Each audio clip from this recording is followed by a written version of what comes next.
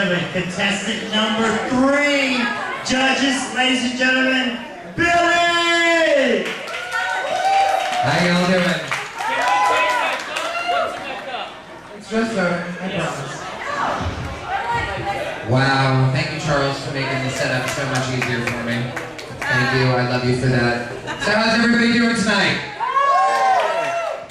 Wow, I'm gonna try that again. How's everybody doing tonight? This is an audience participation thing. If y'all don't know me, my name's Billy. I'm one of the local bartenders down the street. If you haven't met me yet, give it time. You'll probably show up at my bar and I'll get you drunk. So I'm just gonna be telling you a couple of jokes right now just because I wanted to actually sit there and embarrass myself, so. But please be kind to me because I just broke up with my boyfriend. Last night we were in bed and he turns to me and goes, "I'm into extreme water sports." I'm like, "I'm not Japanese." Too soon. Too soon. Too soon. Oh. Anyway. If I don't make you laugh, I make myself laugh. That's all that matters. But what's really hysterical to me is one of the things that I actually love doing is sitting there and working at the bar because we end up having some of the most weird conversations ever on the planet. Last night we're sitting there closing up the bar and the bartender I'm working with is like, "Oh my god, I hooked up with this guy last night but we didn't have any lube so I used olive oil." Was it tasty? I'm like, "Ew." He goes, "You've never done that?" I'm like, "No." Because when I want my salad tossed, I don't want it with dressing. Seriously, it's like I sit there and I'm like, oh, but just imagine if you're in bed and somebody sits there and does that. It's like, "Oh my god, do you have condoms?" "No, I have condiments. You have balsamic, you have Italian island, you have honey mustard, you've got ranch." It's whole meaning to the word Hidden Valley. It's like, bring out the helmets and bring out the best, bitch. Seriously, it is amazing. You're like sitting there riding somebody and be like, "Oh my god, you're bleeding." "No, that's the ketchup." It's like, no. No. Sex and food does not mix in that way. They never mix in that way.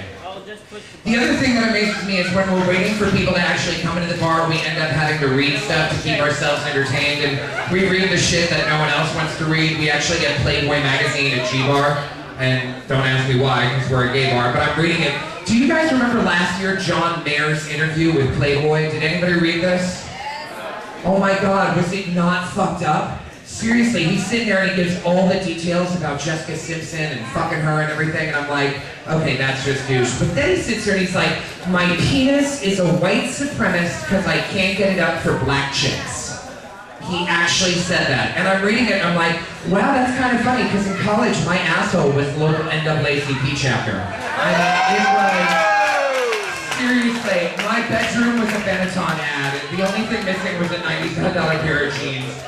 Seriously, it was so fucking pathetic. And then, on top of that, on Parade magazine, Elton John sat there and talked about how Jesus was a gay man. Did anybody read this? Okay, because nobody reads Parade magazine, apparently. No, I just kind of laughed because I thought about it and I'm like, you know, Jesus was a gay man. And let me explain to you why.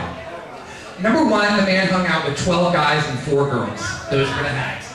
Number 2, the man sat there and knew how to make an exit and an entrance. Number 3, he fed 5,000 people with nothing more than 2 fish and 5 loaves of bread. What other than a gay man can put together a dinner party that quick with that few material? And number 4, he was hung like this. I mean, seriously, you've got to get up for him. So, and on top of that, no. I just kind of laugh because you sit there and the news articles that come out last week, and I'm not making this up, a bitch in Scranton, Pennsylvania got pulled over by the cops and was arrested, went to the strip search, and this is a true story. In the strip search, they found 54 bags of heroin, 31 bags used to carry heroin, 8 prescription pills, and $51.22, all in her vajayjay. I am not kidding. I'm sitting there and I'm reading this because I had to read it 2 times because the first time I'm like, am I high right now? And then I realized I wasn't. And the second time I'm reading it, I'm thinking to myself, wow, talk about being tight-lipped.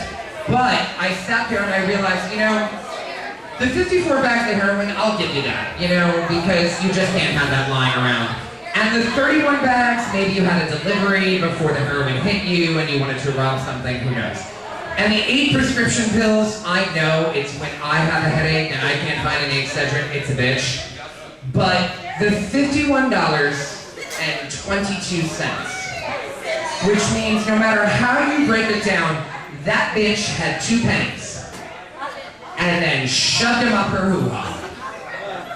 I am not kidding. It's like, seriously, a change purse at Walmart is $2. Come on. It's like, can you imagine fucking that girl and her going, oh honey, before we start I have to unpack. It's like, that is just really disturbing. But as I end up and finish everything off, I want you guys to think about something seriously really quick. We have really actually, the gays, I love the gays, we've taken over g.bar and we're going to be taking over Tampa. But one of the things I want you guys to think about is this. When I was in London a couple of years ago, I was outside smoking a cigarette and this guy comes up to me and goes, pardon me, do you have a fag? I'm like, no, are you asking me out on a date? I was like, I had no idea. And then I come to find out that fag means a small twig or a cigarette in British slang. But then I moved to Tampa. And I come to find out that Tampa means the Native American word for bundle of sticks on fire. And I think about it, if you think about it in British terms, this city is really nothing more than a bunch of flaming faggots. So, good night everybody, I love you, take care. Competition. Give it up for Billy. Give it up. Give it up. Thank you very much. Wow. Okay. Well, the other thing that I was going to actually bring up is another story that actually happened earlier this year, and no matter what we do, we can try to write jokes, but the greatest joke teller ever is God. He really does actually put things in front of us. I want you guys to actually realize this actually happened about 4 months ago, and reading it at the bar, I'm thinking, oh, there is a heaven, and they have given me a gift. Over in San Francisco, if you guys know, they're now doing the pat-downs of the airplanes for people to get on them, and the pat-downs, if anybody's actually had them, are very aggressive. Like, literally, the last time I got a pat-down, it was like up here, and I looked at the guy, I'm like, normally I get dinner and a movie before this happens, but, sure, okay. But, excuse me, oh, that shot. But the guy in San Francisco actually jizzed. He had sexual performance anxiety, and while actually getting the pat-down, he actually came.